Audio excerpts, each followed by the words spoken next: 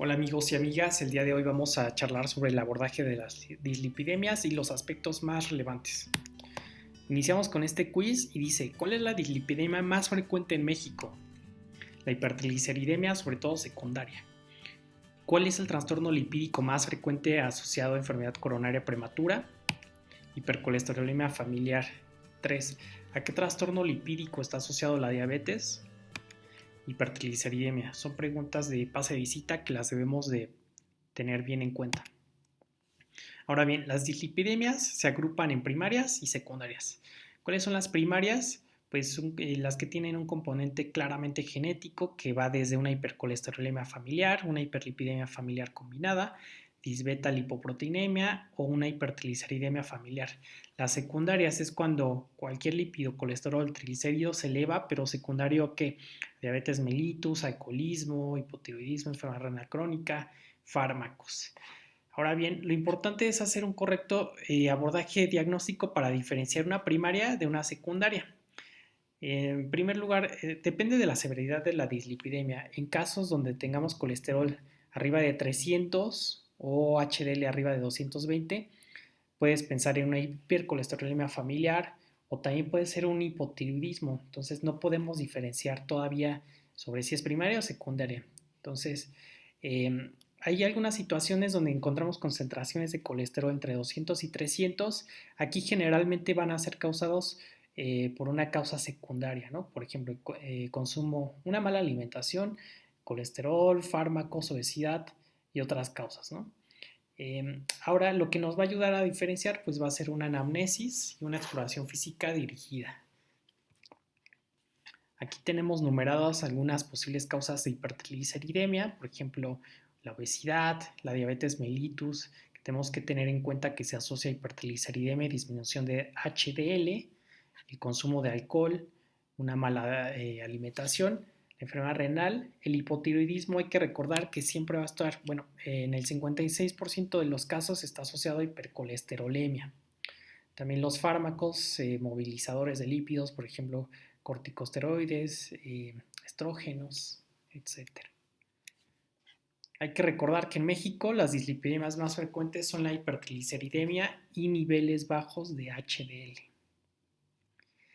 Recordemos que este es el espectro que conforma la dislipidemia primaria. Entonces, parecería un poco apabullante, no hay que estresarse, simplemente hay que orientarnos gracias a las concentraciones séricas. Es decir, si tenemos una concentración de colesterol mayor a 400, ¿en qué pensamos? Hipercolesterolemia familiar.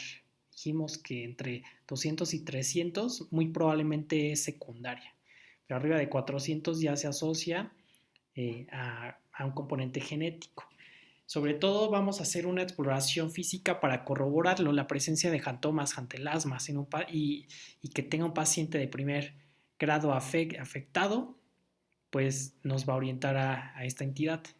También se asocia enfermedad coronaria prematura a estas edades. A diferencia de la hipertrigliceridemia familiar, aquí por lo general el colesterol está ligeramente elevado y los triglicéridos sí van a estar pues elevados, pueden llegar hasta 750 miligramos. Recordemos que pues, se asocia a pancreatitis, ¿no? También podemos encontrar un estado combinado, por ejemplo, la hiperlipidemia familiar combinada. Aquí vamos a encontrar concentraciones de colesterol entre 200 a 300 aproximadamente y de triglicéridos arriba de 200, sin llegar a estas cifras, ¿no? O sea, siempre es una cifra intermedia.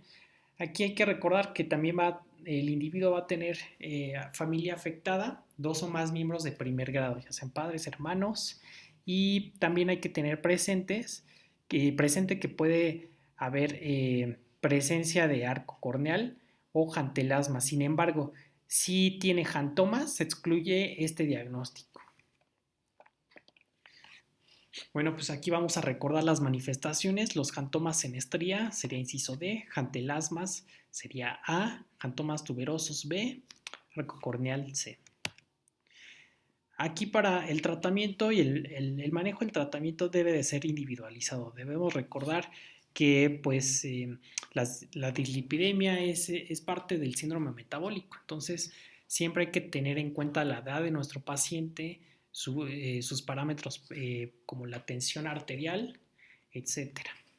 Y hay que caracterizar al paciente según su grado de riesgo. Puede ser muy alto, riesgo moderado, riesgo bajo. Por ejemplo, un paciente que no tiene otros factores de riesgo cardiovascular entraría en riesgo bajo, ¿no? A diferencia de un paciente que ya tiene una hipertensión grado 3, que tiene enfermedad renal crónica, un estadio 4, que tiene una diabetes mellitus de larga evolución de daño órgano blanco, pues ya sería un riesgo muy alto. Sin embargo, para no equivocarnos en la caracterización, pues hay que apoyarnos a veces de algunas calculadoras con el fin de ajustar el tratamiento. Entonces, en resumen, cuando tengamos un paciente candidato a tamizaje, se le realizan las pruebas y pues hay que caracterizar la alteración lipídica, ya sea colesterol, triglicéridos o mixto. ¿Okay? Entonces, siempre pensar o descartar una causa secundaria y en este caso, ¿qué vamos a hacer? Pues una intervención o sugerir una intervención en el estilo de vida. A diferencia de si es primaria, aquí el primer paso terapéutico sería farmacológico, hipolipemiantes de alta intensidad.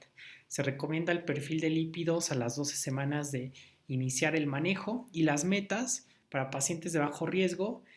Esto es muy preguntado, siempre LDL menor a 30, a 130, perdón.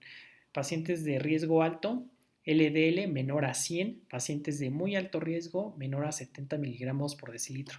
¿Quién sería un paciente de alto riesgo? Un paciente que ya ha tenido, por ejemplo, algún evento cardiovascular, un infarto coronario agudo, etcétera. O los que dijimos que son pacientes caracterizados con alto riesgo. Recordemos que la reducción de 40 miligramos decilitro de LDL se asocia a una reducción del 22% en la morbimortalidad cardiovascular. Importantísimo tener en cuenta a la hora de instaurar un tratamiento farmacológico. Dijimos que los hipolipemiantes pueden ser de alta potencia, moderada y baja potencia. A veces el mismo fármaco, por ejemplo, pravastatina, de los más usados por el costo, pues puede ser de baja potencia, pero aumentando la dosis se convierte a moderada potencia. ¿De acuerdo? Y bueno, pues aquí dejamos estas tablas con la respectiva referencia para que las consulten, así como algunos estudios que se han hecho en la población mexicana que demuestran cuál es el porcentaje de disminución según el grupo farmacológico. Recordemos que las estatinas es el fármaco que más ha demostrado una reducción en la cuantificación sérica. Bueno, pues esto sería todo por el día de hoy. Por su atención, muchas gracias. Hasta la próxima.